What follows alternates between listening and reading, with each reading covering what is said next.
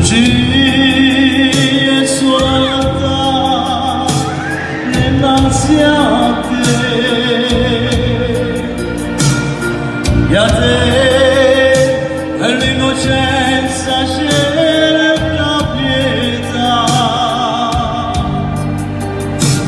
celeste madre sei e ognuno attende la pace che sono